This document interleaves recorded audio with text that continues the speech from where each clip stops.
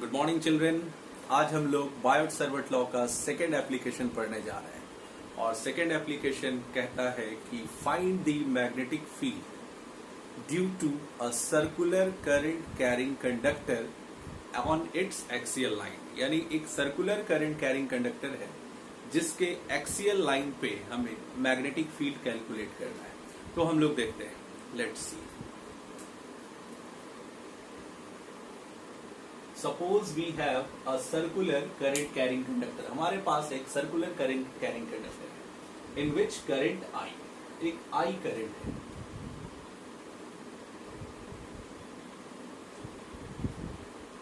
एक P point है जो सेंटर से x मीटर डिस्टेंस पे।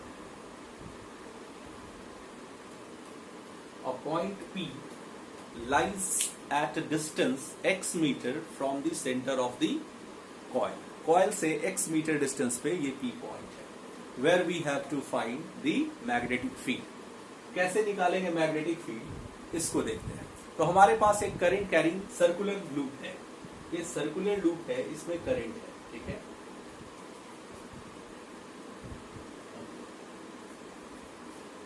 तो आप लोग देखो, ये करंट कैरिंग सर्कुलर लूप है, इसका रेडियस हम लोग मान लेते हैं r। This is the radius of the loop, ठीक है। इसमें करंट कितना है, तो I एम्पियर है। हम लोग देख रहे हैं कि यहाँ करंट इनवर्ड जा रहा है और यहाँ से करंट आउटवर्ड निकल रहा है। अगर इस बोर्ड को हम बेस मान लें, इस बोर्ड को हम बेस मान लें, तो आप देखो यहाँ क्या हो रहा है। ये करंट ऐसे है, ये यहां से आउट हो रहा है और ऐसे इन हो रहा है। मींस ये ऐसे इनवर्ड आ रहा है करंट अंदर की तरफ और यहां से बाहर निकल रहा है। यानी करंट यहां से ऐसे आया और ऐसे आया और ऐसे इंटर किया, फिर अंदर से निकल के बाहर आया। तो ये करंट इस डायरेक्शन में आप कह सकते हो क्लॉकवाइज या एंटी क्लॉकवाइज, आप ऐसे कह सकते हो, ठीक है। तो ये करंट का डायरेक्शन है। यानी यहां अगर करंट एलिमेंट हम काटते हैं तो ये करंट एलिमेंट का डायरेक्शन किधर होगा, ऊपर की तरफ। करंट एलिमेंट का डायरेक्शन किधर होगा, ऐसे करके बाहर की तरफ निकल रहा है, ये ऐसे।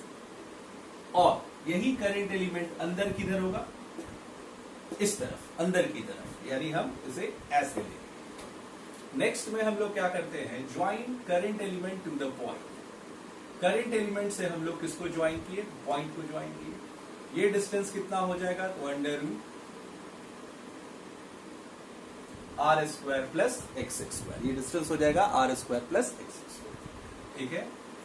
ओके, अब हम लोग देख रहे हैं कि करंट एलिमेंट कौन से डायरेक्शन में है, तो करंट एलिमेंट ऊपर की तरफ है। ये हो गया करंट एलिमेंट का डायरेक्शन और ये हो गया पोजीशन वेक्टर। यानी ये हो गया पोजीशन वेक्टर, आर वेक्टर जिसे हम लोग कहते थे। And R vector is equal to under root are square plus x square. ये हो गया पोजीशन वेक्टर। तो करंट एलिमेंट का डायरेक्शन इस तरफ है और पोजीशन वेक्टर ये है, तो कितना एंगल बन रहा है, 90 डिग्री। उसी तरह से हम लोग देखते हैं, ये है करंट एलिमेंट और यहां से पोजीशन वेक्टर लेंगे, ये आइडियल करंट एलिमेंट हो गया और ये हो गया पोजीशन वेक्टर, राइट।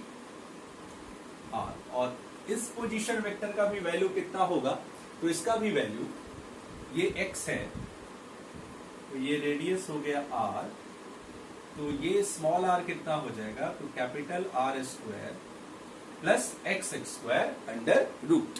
ये इसका पोजीशन वेक्टर हो गया। तो अब आप यहां भी देखो, करंट एलिमेंट इनवर्ड है और पोजीशन वेक्टर ऐसे है। कितना एंगल बन रहा है, तो ये भी 90 डिग्री का एंगल बना रहा है। ध्यान से देखेंगे हम लोग, करंट एलिमेंट भीतर की तरफ है और पोजीशन वेक्टर किधर है, इस तरफ। तो ये पेन हमने ऐसे रखा और ये पोजीशन वेक्टर है, तो कितना एंगल बन रहा है, तो देखो आप 90 डिग्री एंगल बन रहा है। यानी आर वेक्टर हमारे पास कितना है, तो under root are square plus x square. Theta कितना है, तो that is 90 degree. Applying BS law, अब हम लोग कौन सा लॉ यूज करेंगे, तो बायोट सर्वट लॉ यूज करेंगे।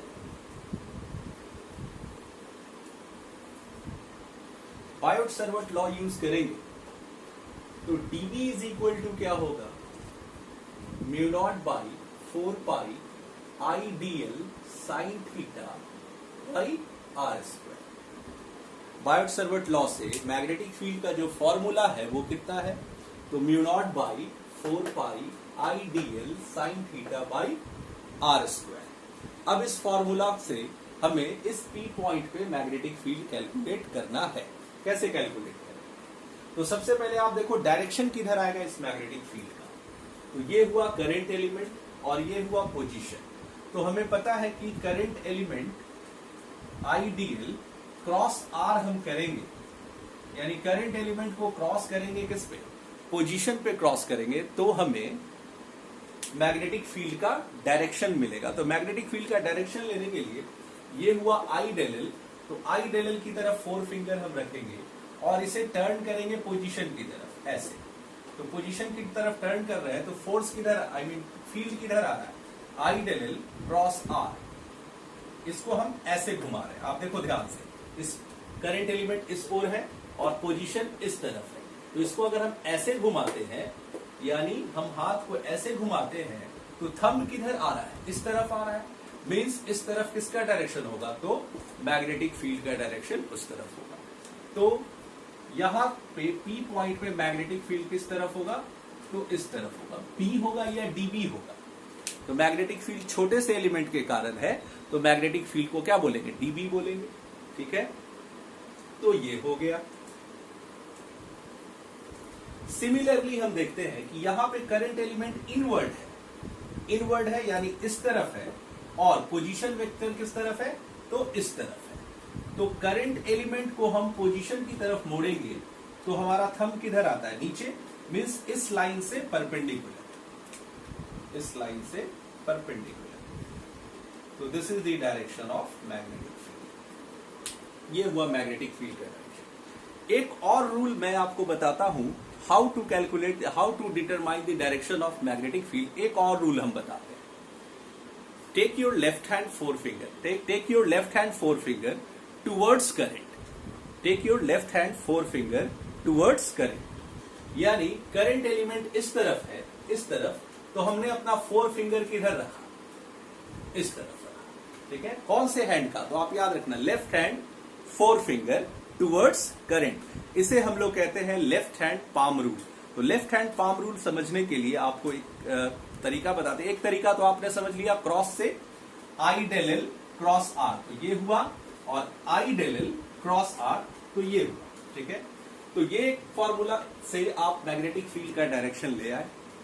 दूसरा मेथड है लेफ्ट हैंड पाम रूल। इसको थोड़ा सा हम डिटेल्स आपको बताना चाहते हैं। आप ये याद रखो, take your left hand 4 finger towards current. Left hand का चारों फिंगर करंट की तरफ रखेंगे। तो करंट किधर है, ऊपर की तरफ, तो हम लोग ऐसे रख दिए। And take your thumb towards point.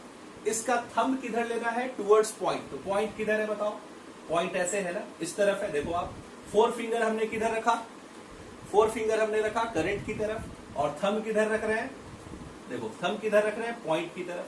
तो हमारा पाम किधर इंडिकेट कर रहा है, इस डायरेक्शन में। ये जो पाम है, that palm indicates vertically upward, इस तरह परपेंडिकुलर। तो देखो आप यहां देखो, ये पाम किस तरफ है, इस तरफ। तो this is the direction of magnetic field. यानी ये जो पाम है, that palm indicates the direction of magnetic field. तो करंट की तरफ हमने ऐसे रखा और थंब हमने रखा पॉइंट की तरफ। तो ये पाम किधर आ रहा है, इस तरफ, यानी इस तरफ। ठीक है, अब देखो यहां करंट किधर है, तो यहां करंट इनवर्ड है। तो यहां करंट इनवर्ड है, तो इस पॉइंट पे मैग्नेटिक फील्ड किधर होगा, तो take your left hand 4 finger towards current. Current किधर है, इनवर्ड या आउटवर्ड, तो ये इनवर्ड है। इनवर्ड हमने रख दिया अपना हाथ, 4 फिंगर हमने किधर दिया, अंदर की तरफ, और इस थंब को हम किधर लाएंगे, इस पॉइंट की तरफ। तो देखो ये हमारा थंब किधर आ रहा है, पॉइंट की तरफ। तो ये हमारा थंब जो है ये पॉइंट की तरफ आ रहा है। तो हमारा पाम किधर इंडिकेट कर रहा है, इस तरफ या इस तरफ। तो हमारा पाम इस तरफ है, इस तरफ। देखो आप, देखिए ये हो गया डायरेक्शन ऑफ मैग्नेटिक फील्ड। तो ये एक तरीका है। नहीं तो क्रॉस प्रोडक्ट से आप सीधा सीधा आई डेल एल क्रॉस आर, ये मैग्नेटिक फील्ड हुआ, आई डेल एल क्रॉस आर, ये मैग्नेटिक फील्ड हुआ। तो ये 2 मैग्नेटिक फील्ड आ रहा है। अच्छा, अब इस लाइन को मैं थोड़ा आगे बढ़ाता हूं, ठीक है, और यहां से एक्स एक्सिस और वाई एक्सिस मैंने बनाया, दो एक्सिस हमने क्रिएट किया। Suppose this angle is alpha, तो ये भी एंगल कितना हो जाएगा, अल्फा हो जाएगा। क्यों अल्फा हो जाएगा, क्योंकि ये राइट एंगल ट्रायंगल और ये राइट एंगल ट्रायंगल आइसोसेलेस है, या आप कह सकते हो दोनों क्या है, सेम ट्रायंगल है, ठीक है। तो ये एंगल अल्फा होगा तो ये भी अल्फा होगा। अब ये एंगल कितना हो जाएगा, तो 90 माइनस अल्फा, तो ये हो जाएगा अल्फा। सिमिलरली ये कितना हो जाएगा, तो 90 माइनस अल्फा, ये हो जाएगा अल्फा। तो डीबी का दो कंपोनेंट आएगा, तो डीबी का दो कंपोनेंट आएगा, तो पहला इधर आएगा डीबी कॉस अल्फा और इधर आएगा dB sine alpha. Similarly dB को इस साइड लाएंगे तो डीबी कॉस अल्फा और इधर लाएंगे तो डीबी साइन अल्फा।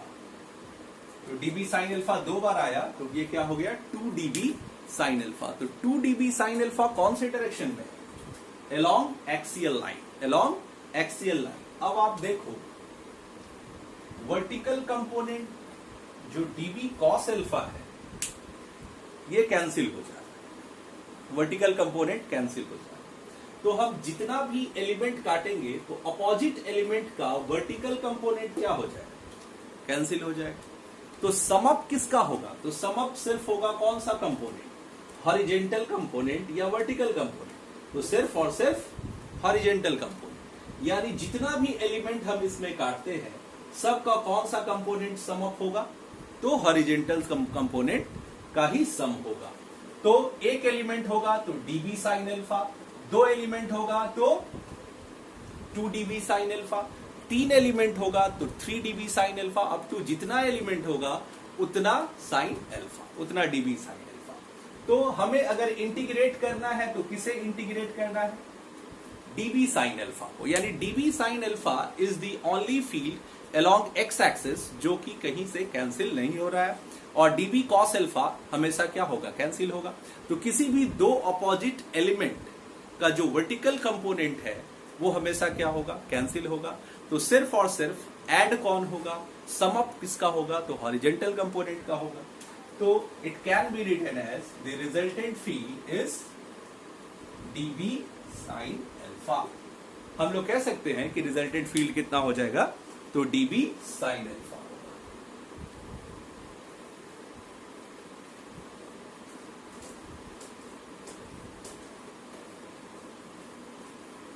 तो रिजल्टेंट फील्ड हमारे पास डीबी साइन अल्फा, तो resultant field is DB sine alpha. और हम इसे क्या करने जा रहे हैं, अब इंटीग्रेट करेंगे हम लोग डीबी साइन अल्फा को, ठीक है। डीबी का वैल्यू आप क्या लिखोगे, तो mu naught by 4 pi I D L sine theta मैंने पहले ही लिखवा दिया था, कितना डिग्री, 90 डिग्री, और आर स्क्वायर साइन अल्फा कैसे निकालेंगे, तो हम देख रहे हैं कि हमारे पास ये ट्रायंगल था जिसमें इस एंगल को हमने अल्फा माना था, ये रेडियस आर था और ये एक्स था। तो साइन अल्फा कितना हो जाएगा, तो साइन अल्फा हो जाएगा, ये आर होता था तो साइन अल्फा हो जाएगा capital R by small R, capital R by small R, perpendicular by hypotenuse, small R capital R by small R, ये क्या हो जाएगा, तो साइन अल्फा हो जाएगा, ठीक है। अब आगे देखते हैं, mu naught by 4 pi constant है, ये बाहर चला गया, आई डीएल आई कांस्टेंट है वो बाहर चला गया। अब बताओ ये आर जो है कभी वेरी करेगा, तो ये आर कभी वेरी नहीं करेगा। क्यों नहीं करेगा, क्योंकि ये हमारे पास सर्कुलर कॉइल है और यहां से यहां का डिस्टेंस ये एक्स है और ये क्या है, कैपिटल आर है, ठीक है। तो डीएल हमारा वेरिएबल है, डीएल वेरिएबल है, डीएल साइन 90 क्या हो जाएगा, तो 1 हो जाएगा, कैपिटल आर कांस्टेंट है ये बाहर चला जाएगा, और नीचे आर स्क्वायर एंड आर कितना हो जाएगा, आर क्यूब हो जाएगा, ठीक है। अब स्मॉल आर है कितना, तो under root are square plus x square, तो आर क्यू करेंगे अगर हम लोग तो आर क्यू का वैल्यू क्या हो जाएगा, under root are square plus x square to the power 3 and it will be R square plus x square to the power 3/2। तो यहां हम लोग क्या पुट करेंगे, mu naught by 4 pi I R integration of dl upon R square plus x square to the power 3/2। अब देखो ये r constant है, radius of this circle, circle का रेडियस क्या रहेगा, कांस्टेंट रहेगा, ठीक है।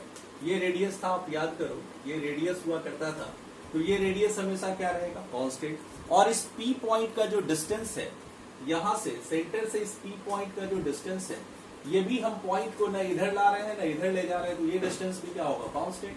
तो आर स्क्वायर और एक्स स्क्वायर भी क्या है, कांस्टेंट, यानी ये पूरा टर्म बाहर चला। तो वेरिएबल कौन बचेगा, सिर्फ डीएल वेरिएबल बचेगा। और डीएल जो वेरिएबल बचेगा उसको कहां से कहां इंटीग्रेट करोगे, तो यहां हमने आई डीएल काटा था, यहां भी हमने आई डीएल काटा था। तो डीएल यानी लेंथ वेरी करेगा कहां से कहां, 0 से 2 पाई आर, यानी लेंथ कहां से कहां वेरी करेगा, तो 0 to 2 pi R, 0 to 2 pi R, 0 to 2 pi R, ठीक है। अब ये कांस्टेंट टर्म है, इसको हम लोग बाहर करते हैं, mu naught by 4 pi I R, और ये बाहर आ गया R square plus x square to the power 3/2। और इंटीग्रेशन किसका हो रहा है, डीएल का, कहां से कहां, 0 से 2 पाई आर, ये इंटीग्रेशन हो गया इसका।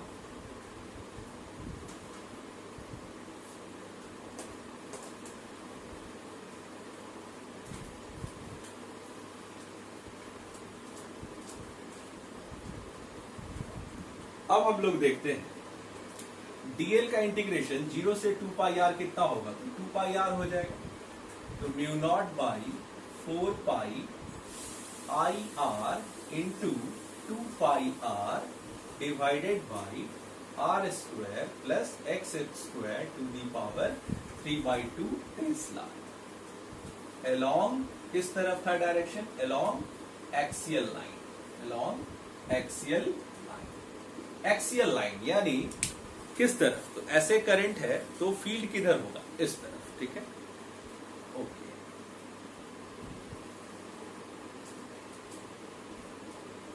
ये आ गया magnetic field, this is the magnetic field. अब हम लोग इसको थोड़ा और सॉल्व करें, mu naught by 4 pi 2 I pi are square, r into r, r square 2 pi are square, 2 I और pi are square divided by are square plus x square to the power 3/2, इतना tesla. अब यहां जो quantity है I into pi are square, where ध्यान देंगे हम लोग कि यहां जो क्वांटिटी है I into pi are square, ये है क्या, आई इंटू पाई आर स्क्वायर, इसे हम लोग बोलेंगे करंट इंटू एरिया, इसे बोलेंगे हम लोग करंट इंटू एरिया। करंट था कॉइल में कितना, आई था, और इस कॉइल का एरिया अगर रेडियस आर है तो कितना हो जाएगा, पाई आर स्क्वायर, तो करंट इंटू एरिया। और करंट इंटू एरिया को हम लोग मैग्नेटिक डाइपोल मोमेंट कहते हैं, करंट इंटू एरिया को हम लोग मैग्नेटिक डाइपोल मोमेंट कहते हैं, ठीक है। इट इज नोन एज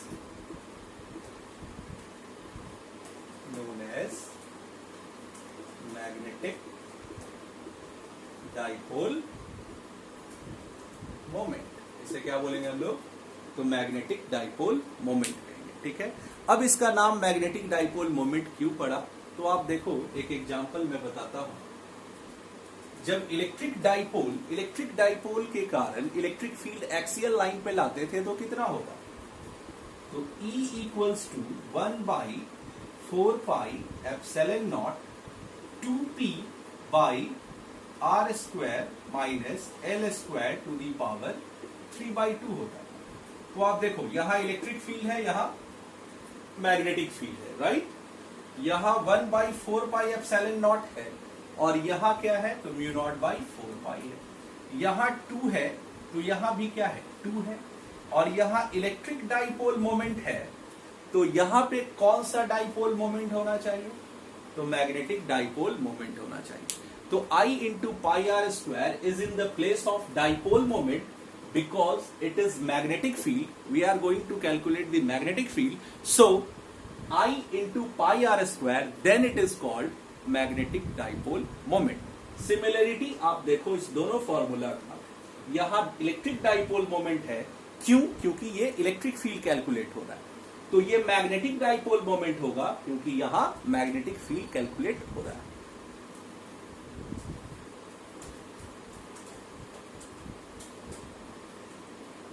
ठीक है, above equation now can be written as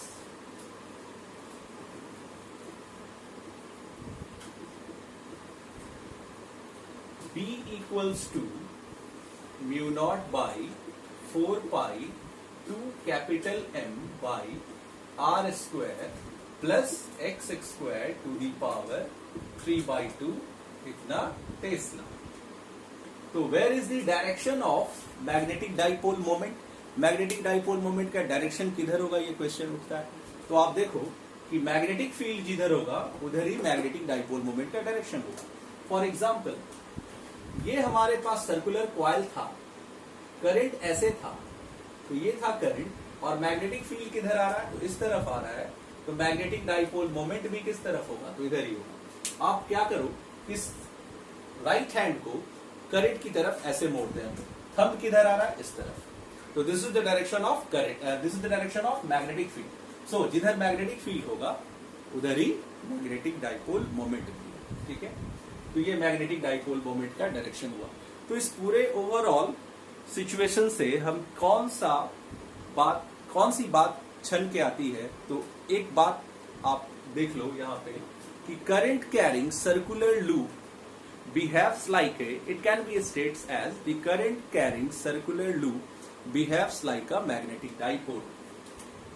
तो आप कह सकते हो कि कोई भी करंट कैरिंग सर्कुलर लूप है तो ये किसकी तरह बिहेव करेगा, तो मैग्नेटिक डाइपोल या इलेक्ट्रिक डाइपोल, तो ये मैग्नेटिक डाइपोल की तरह बिहेव करेगा।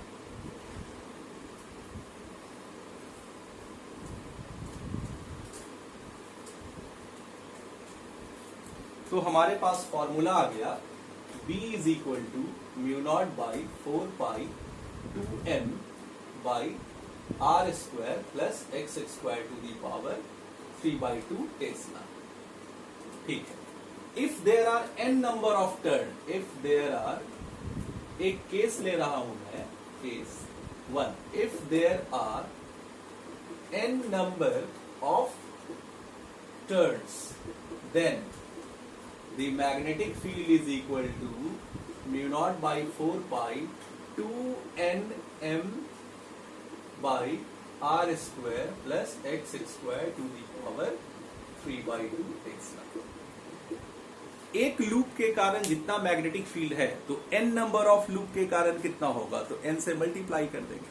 ठीक है, तो n से देखिए हमने मल्टीप्लाई किया है, राइट। अब आगे देखते हैं case 2।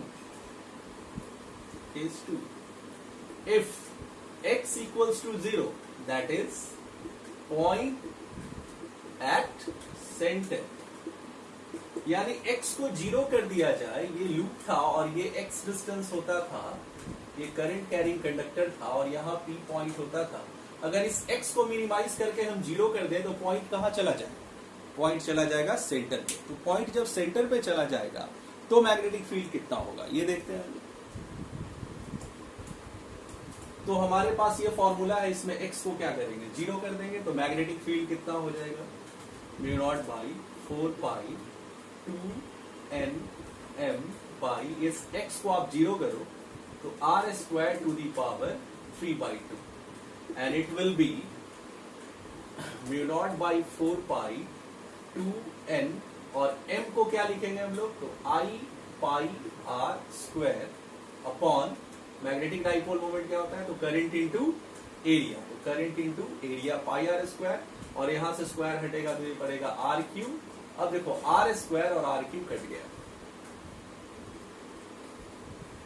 Mu naught by 4 pi 2 pi n i by r, 2 pi n i by r, ये हुआ magnetic field at the center. ठीक है, तो ये आया magnetic field at the center. Okay,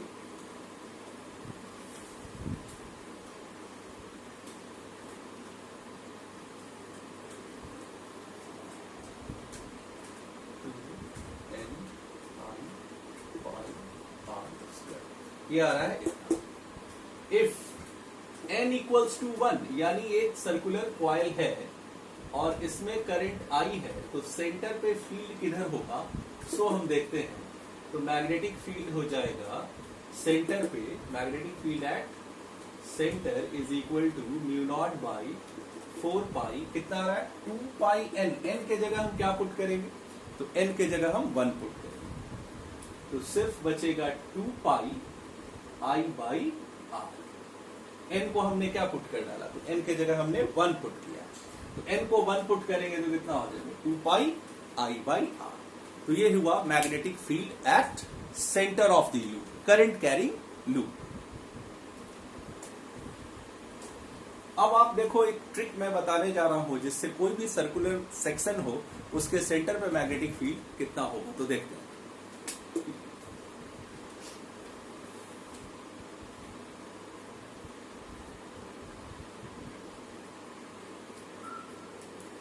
तो सेंटर पे मैग्नेटिक फील्ड कितना होगा इसको देखते हैं। ठीक है, तो मैग्नेटिक फील्ड एट सेंटर इतना आया। यहां देख रहे हैं हम लोग कितना एंगल है, 2 पाई एंगल है। ये 2 पाई जो एंगल है, एक सर्किल में टोटल एंगल कितना होता है, तो 2 पाई होता है, इसलिए यहां कितना आ गया 2 पाई। अगर ये सेमी सर्कुलर वायर होता, फॉर सेमी सर्कुलर वायर,